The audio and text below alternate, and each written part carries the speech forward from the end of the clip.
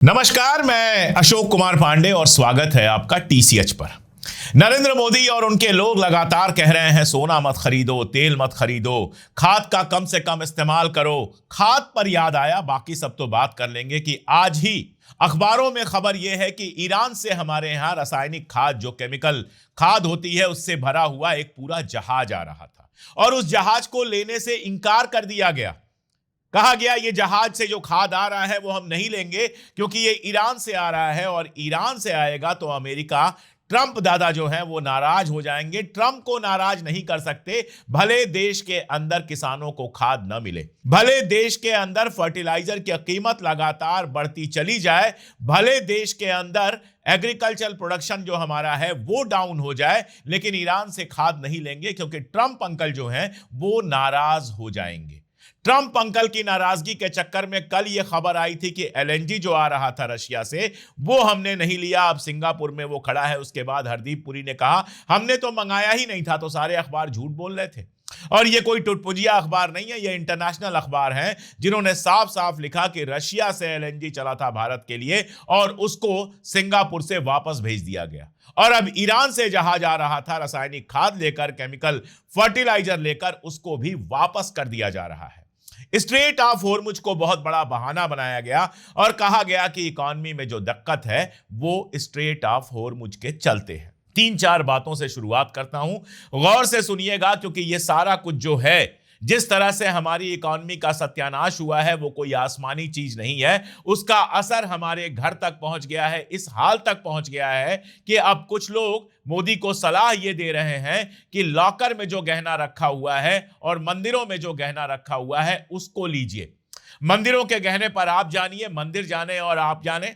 आप भारतीय जनता पार्टी हिंदुओं की पार्टी होने की बात करती है, अगर हिंदुओं के मंदिरों से सोना निकाला जा रहा है तो ये उनके अंदर की बात मान लेता हूं, लेकिन लॉकर में सोना हमारा और आपका होता है। आदमी चोरों से बचने के लिए सोना जो होता है, गहना होता है, वो उठा के थोड़ा बहुत लॉकर में रख देता है। अब उस लॉकर के सोने पर भी नजर है, इसलिए इस वीडियो को बहुत गौर से सुनिए कि हमारे देश के साथ पिछले 11 साल में क्या किया गया है। मैं आपको एक डेटा दिखाता हूं। अक्सर कहा जाता है कि रुपए की वैल्यू जो गिर रही है और किस तरह से गिर रही है, ये मैं आपको पहले बता दूं, फिर वो डेटा दिखाता हूं। 30 सितंबर 2013 को जब कांग्रेस की सरकार थी और डॉलर के मुकाबले रुपया गिरकर 62.51 पर पहुंच गया था, तो नरेंद्र मोदी ने कहा था, उस समय मुख्यमंत्री हुआ करते थे गुजरात के, उन्होंने कहा था कि रुपया आईसीयू में चला गया है, रुपया इतना बीमार हो गया है, कमजोर हो गया है कि आईसीयू में चला गया है। उसी समय यह बयान आया था कि जब रुपया गिरता है तो देश के प्रधानमंत्री की इज्जत गिरती है। अब उसके बाद आप देखिए, नरेंद्र मोदी बनते हैं प्रधानमंत्री। 30 सितंबर 2018 यानी उस घटना के ठीक एक साल बाद रुपया 10 पॉइंट और गिर जाता है और अब $1 की कीमत 72.51 रुपया हो जाती है। एक साल और बीता, 2 साल और बीता, 4 साल बाद सीधे डेटा दे रहा हूं, 30 सितंबर 2021 को फिर ये 81.80 तक पहुंच जाती है, यानी 20 रुपए और गिर जाती है जब मोदी जी ने कहा था रुपया आईसीयू में चला गया है उससे। उसके बाद 30 सितंबर 2024 को ये 88.84 यानी 90 रुपए के आसपास पहुंच जाती है और आज इतिहास में जितना नीचे रुपया गिर गया है उतना कभी नहीं गिरा था। 95.63 यानी $1 की कीमत 95.63 तक पहुंच गई है। रुपया इस कदर गिरा है कि अब कहा जा रहा है कि एशिया में सबसे खराब किसी मुद्रा का प्रदर्शन रहा है तो वो रुपए का रहा है और इसके कारण है, अक्सर हमारी जो वित्त मंत्री हैं वो बड़े बड़े बयान देती हैं रुपया टीक कर रहा है, लेकिन रुपया टीक नहीं कर रहा है। रुपया न केवल डॉलर और यूरो के मुकाबले गिर रहा है, रुपया एशिया की सारी करेंसीज के मुकाबले गिर रहा है। आप यूएई को अगर देखेंगे तो आज यूएई का जो दिरहम होता है वो 26.08 रुपीस के बराबर हो गया है। पाकिस्तान, बांग्लादेश, श्रीलंका और नेपाल जैसे जो देश हैं वहां की करेंसी भी हमसे बेहतर परफॉर्म कर रही है, रुपया उनके मुकाबले भी गिर रहा है। पाकिस्तान, श्रीलंका, बांग्लादेश और नेपाल का नाम मैंने इसलिए लिया क्योंकि उनकी वैल्यू रुपए से कम है। उसके बावजूद ये वैल्यू का जो डिफरेंस है वो लगातार घटता जा रहा है, रुपया ज्यादा तेजी से गिर रहा है, इसलिए रुपए की वैल्यू पाकिस्तानी रुपए, श्रीलंकाई रुपए और बांग्लादेशी रुपया जो है उसके मुकाबले भी कम हुई है। अब आप ये बताइए कि अगर स्ट्रेट ऑफ होर्मुज की प्रॉब्लम अकेली है तो रुपया पाकिस्तान, श्रीलंका और बांग्लादेश और नेपाल जैसी करेंसीज के मुकाबले क्यों गिर रहा है? क्यों यूएई, जिसके ऊपर बहुत ज्यादा असर हुआ है इस जंग का, जो अपना माल बेच नहीं पा रहा है, जहां नुकसान भी हुआ है, उसकी करेंसी के सामने रुपया क्यों गिर रहा है? यह सवाल होना चाहिए। यह सवाल होना चाहिए कि एशिया में सबसे खराब परफॉर्मेंस रुपए का क्यों है? क्यों हमारी इकॉनमी, रुपए के सबसे खराब परफॉर्मेंस का मतलब यह है कि हमारी इकॉनमी एशिया में सबसे खराब प्रदर्शन कर रही है। और हमारी निर्मला सीतारमण जी कहती हैं कि सब ठीक चल रहा है, हमारा रुपया ठीक चल रहा है। नहीं चल रहा है ठीक, बिल्कुल नहीं ठीक चल रहा है। और गरीबों की सिर्फ बात नहीं है। कहा जाता है कि नरेंद्र मोदी की सरकार गरीबों के लिए तो बस 5 किलो अनाज में काम चला देती है, लेकिन रईसों को इससे बहुत फायदा हो रहा है। मैं कुछ रईसों के बयान आपको दिखाता हूं। हेलियास के फाउंडर हैं समीर अरोरा। समीर अरोरा का एक इंटरव्यू वायरल हुआ जिसमें उन्होंने कहा, I have never seen foreign investors so upset with India. मैंने विदेशी निवेशकों को, विदेशी इन्वेस्टर्स को भारत को लेकर इतना बेजार कभी नहीं देखा, इतना निराश कभी नहीं देखा। यह बात कह रहे हैं हेलियास के फाउंडर समीर अरोरा। अब यहां पर मैं आपको एक कहानी सुनाता हूं। ज्यादा पुरानी कहानी नहीं है, यह कहानी है 4 अप्रैल 2022 की। 4 अप्रैल 2022 को संसद के अंदर, लोकसभा के अंदर शशि थरूर यानी कांग्रेस के एमपी ने कहा कि हमारे देश से जो एफआईआई यानी फॉरेन इंस्टीट्यूशनल इन्वेस्टर्स हैं और एफपीआई जो फॉरेन पोर्टफोलियो इन्वेस्टर्स हैं यानी विदेशी निवेश, एक आसान भाषा में समझ लीजिए कि गैर मुल्की जो हमारे देश में इन्वेस्टमेंट होता है उसमें से 48,286 48,286 करोड़ उन्होंने निकाल लिया है। यह बात मैं कर रहा हूं 4 अप्रैल 2022 की। और उन्होंने कहा कि इतना पैसा देश की इकॉनमी से निकल गया है, आप क्या कहेंगे इस पर? इस पे क्या देश को नुकसान नहीं होगा? तो निर्मला जी ने कहा कि हमें कोई फर्क नहीं पड़ता है। उनका फेमस डायलॉग था, एफआईआई एंड एफपीआई में कम एंड गो, यानी एफआईआई और एफपीआई आए और जाए, हमें कोई फर्क नहीं पड़ता। देश के अंदर जो हमारा रिटेल इन्वेस्टर है वो इतना पैसा इन्वेस्ट कर रहा है कि हमारे ऊपर कोई शॉक नहीं लगने वाला है। ये निर्मला सीतारमण कह रही थी। देश के अंदर से 48,286 करोड़ रुपए निकल गया था और निर्मला सीतारमण कह रही थी कि हमें कोई फर्क नहीं पड़ता है। निर्मला सीतारमण और इस सरकार का ये जो अहंकार है, ये जो घमंड है, ये जो गुरूर है, वो कितना भारी पड़ा ये आप देखिए। हम आज का डेटा देखते हैं। पिछले 2 महीनों में भारत के शेयर बाजार से 2 लाख करोड़ यानी $21 बिलियन निकाल लिया है पोर्टफोलियो इन्वेस्टर्स ने। और अब उनकी टोटल इन्वेस्टमेंट में जो हिस्सेदारी रह गई है वो 14.7% रह गई है। आप सोचिए कि 2 महीने में 2 लाख करोड़ रुपए यानी $21 बिलियन हमारे देश के अंदर से निकाले जा चुके हैं। 1993 में मनमोहन सिंह के रहते पहली बार फॉरेन डायरेक्ट इन्वेस्टमेंट की, फॉरेन इन्वेस्टमेंट की इजाजत मिली थी और उसके बाद से लेके अब तक सबसे कम अगर फॉरेन इन्वेस्टमेंट हमारे देश में है तो वो आज है, जब नरेंद्र मोदी अमेरिका और दुनिया के कहने पर लगातार नीतियां बना रहे हैं, प्राइवेटाइज कर रहे हैं। और हालत यह है कि विदेशी इन्वेस्टर्स हमारे यहां से पैसा निकाल निकाल के भाग रहे हैं। अब इसको आसान भाषा में आप समझिए। अगर मान लीजिए कहीं से इन्वेस्टर्स लगातार पैसा निकाल रहे हैं, इसका मतलब क्या है? किसी मोहल्ले में अगर लोग लगातार जमीन बेच बेच कर भाग रहे हैं, मान लीजिए एक मोहल्ले में 100 लोग रहते हैं और 100 लोगों के मकान हैं, उनमें से 30, 40, 50 लोग मकान बेच बेच कर भाग चुके हैं। इसका मतलब क्या है? इसका मतलब यह है कि वो मोहल्ला किसी बड़ी मुश्किल में आने वाला है जिसका अंदाजा उन लोगों के पास है और उस मोहल्ले में मकान की कीमतें जो हैं वो बहुत ज्यादा गिरने वाली हैं, जिसके चलते लोग वहां से भाग रहे हैं। या तो वो डूबने वाला है या वहां कोई संकट आने वाला है। तो अगर हमारे देश से जो इन्वेस्टर्स हैं वो इतना बड़ा अमाउंट निकाल कर भाग रहे हैं और नया इन्वेस्टमेंट आ नहीं रहा है और रिपोर्ट कह रही है कि दोबारा ये पैसा भारत के निवेश बाजार में, इन्वेस्टमेंट मार्केट में आने की कोई उम्मीद भी नहीं है, इसका मतलब क्या है? इसके साथ आप जोड़ लीजिए कि हेलियास फाउंडर समीर अरोरा का मैंने आपको बयान सुनाया था कि I have never seen foreign investors so upset with India. मैंने कभी विदेशी निवेशकों को, जो गैर मुल्की निवेशक हैं, उनको भारत से कभी इतना बेजार नहीं देखा। इन सबको जोड़ लीजिए, इसका मतलब यह है कि जो विदेशी निवेशक हैं, जो पैसा हमारे देश में लगाते थे, उनके साफ समझ में आ गया है कि हमारी इकोनॉमी की हालत बेहद खराब है, यहां से हमारे इन्वेस्टमेंट को पैसा नहीं मिलना है, इसलिए वो अपना इन्वेस्टमेंट लेकर भाग रहे हैं, सिंगापुर में लगा रहे हैं, बाकी सारी जगहों पर लगा रहे हैं।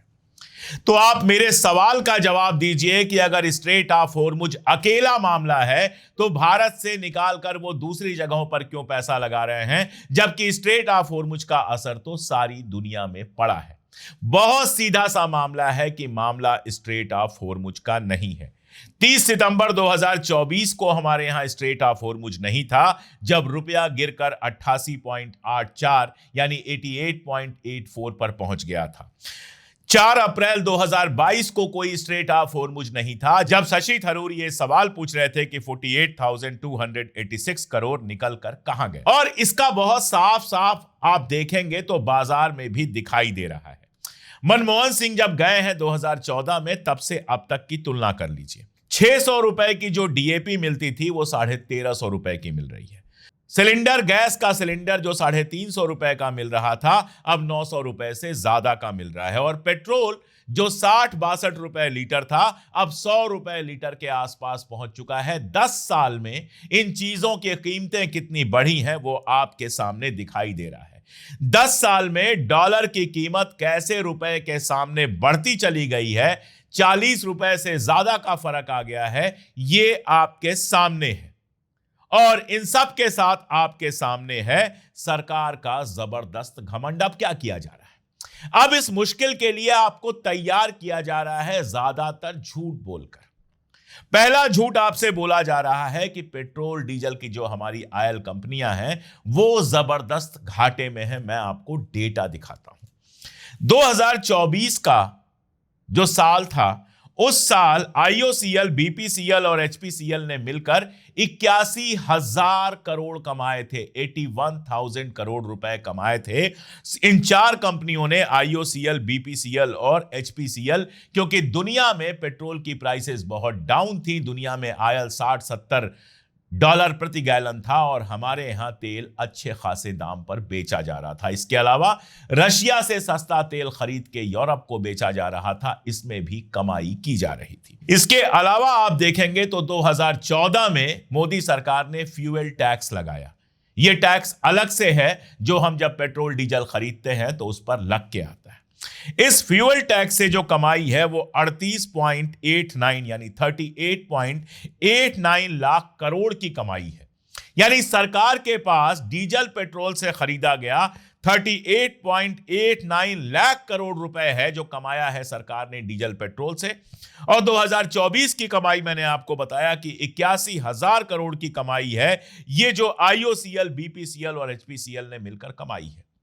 तो जब दुनिया में पेट्रोल डीजल की कीमत कम थी, रशिया और ईरान से हमको सस्ता तेल मिल रहा था और हम बेच रहे थे यूरोप के बाजार में, और हम नहीं बेच रहे थे, कंपनियां बेच रही थी, रिलायंस बेच रहा था, ये सारे लोग बेच रहे थे। तब जो करोड़ों करोड़ कमाए गए थे, हजारों और लाखों करोड़ कमाए गए थे, तब तो किसी ने नहीं कहा कि कंपनियां इतने ज्यादा फायदे में हैं, देश के लोगों का पेट्रोल डीजल का प्राइस थोड़ा कम कर देना चाहिए, तब तो नहीं कहा गया।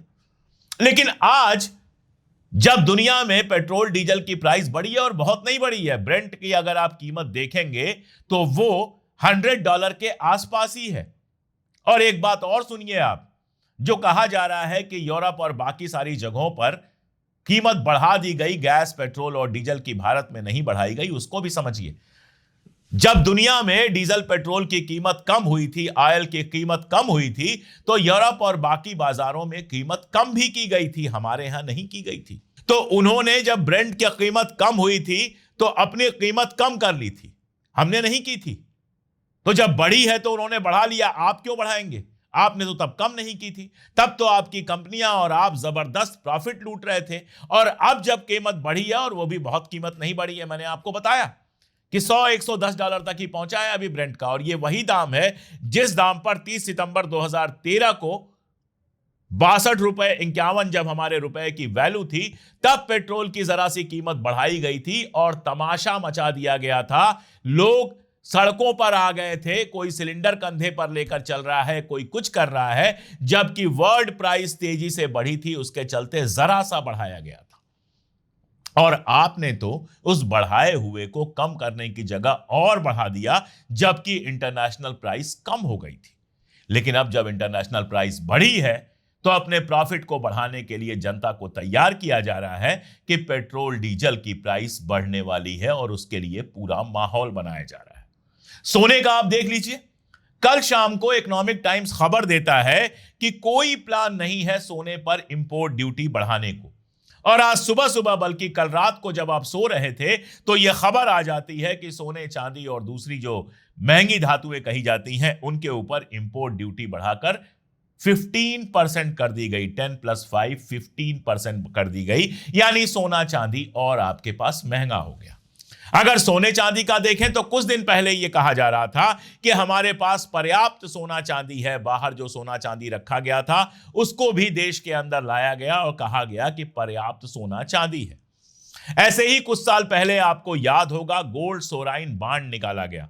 सरकार ने कहा सोना मत खरीदिए, 1 तोला सोना या 1 ग्राम सोना, मिनिमम 1 ग्राम सोने की बात थी शायद, आप 1 ग्राम सोने का पैसा हमारे यहां इन्वेस्ट कर दीजिए और आपको 2.5% का हर साल का इस पर जो सूद है, इस पर जो इंटरेस्ट है, वो दिया जाएगा। और ये पैसा सरकार इन्वेस्ट करेगी, 8 साल बाद आपको पूरा पैसा मिल जाएगा, उस पर कोई टीडीएस नहीं लगेगा। ये सारी बातें की गई थी और अच्छी बात थी। सोना खरीदने की जगह आप सरकार को पैसा दे दीजिए, सरकार इन्वेस्ट करेगी और उस इन्वेस्ट से जो फायदा होगा वो आपको मिलेगा। आज गोल्ड सोवराइन बॉन्ड, जब गोल्ड महंगा हो गया दुनिया में, उस समय गोल्ड नॉर्मल प्राइस पे था, जब गोल्ड महंगा हो गया, जब जनता को ज्यादा फायदा उससे मिलना चाहिए, तब सरकार खामोश बैठी है, गोल्ड सोवराइन बॉन्ड की बात नहीं कर रही है। नहीं बता रही है कि गोल्ड सोवराइन बॉन्ड जो है उसको कहां इन्वेस्ट किया गया और जनता को उससे कितना पैसा मिला, कितना नहीं मिला, इस पर कोई बात ही नहीं हो रही है। यानी सीधी सी बात है कि जब फायदा हो तो वो सरकार का, वो प्राइवेट कंपनियों का, जो सरकार के करीबी प्राइवेट कंपनियां हैं, उनका फायदा हो। जब फायदा हो रहा था तो अंबानी साहब, रिलायंस वाले जबरदस्त फायदा कमा रहे थे रशिया का तेल यूरोप में बेचकर। लेकिन जब नुकसान हो तो जनता के ऊपर लाद दीजिए। मेरा सीधा सा सवाल है, बहुत सीधा सा सवाल है, मंदिरों से सोना निकालने की बात हो रही है, इस देश के जो खरबपति हैं, जिन्होंने इस देश से अरबों खरबों कमाए हैं, उनसे पैसा लेने की बात क्यों नहीं हो रही? अंबानी और अदानी से पैसा लेने की बात क्यों नहीं हो रही? भारतीय जनता पार्टी के अकाउंट में जो इस देश में सबसे ज्यादा किसी पॉलिटिकल पार्टी के पास पैसा है वो है, उससे कुछ परसेंटेज लेने की बात क्यों नहीं हो रही? यह बात क्यों नहीं हो रही कि कोविड के समय जो पीएम केयर फंड बनाया गया था, उस फंड में जो पैसा है वो कहां गया, वो क्यों नहीं देश में लगाया जा रहा है? यह बात क्यों नहीं की जा रही है कि जरा प्रॉफिट जो कमा रहे हैं वो देश के साथ शेयर कर लें? नहीं, वो नहीं बात होगी। उनका तो लोन लगातार माफ होता रहेगा, उनका इंटरेस्ट माफ होता रहेगा और हमारे आपकी जेब पर डाका लगता रहेगा। सवाल यह है, इनकम टैक्स इतना सारा, जीएसटी इतनी सारी, दुनिया भर के टैक्स, टीडीएस, ये वो, 4 पैसा कमाइए तो 1 पैसा सरकार किसी भी बहाने से आपसे ले लेती है। किसी चीज की कीमत कम नहीं होती है और उसके बावजूद देश के आर्थिक हालात यहां कैसे पहुंच गए? एक छोटी सी घटना बताकर अपनी बात खत्म करता हूं। घटना है नंदनगांव, महाराष्ट्र की।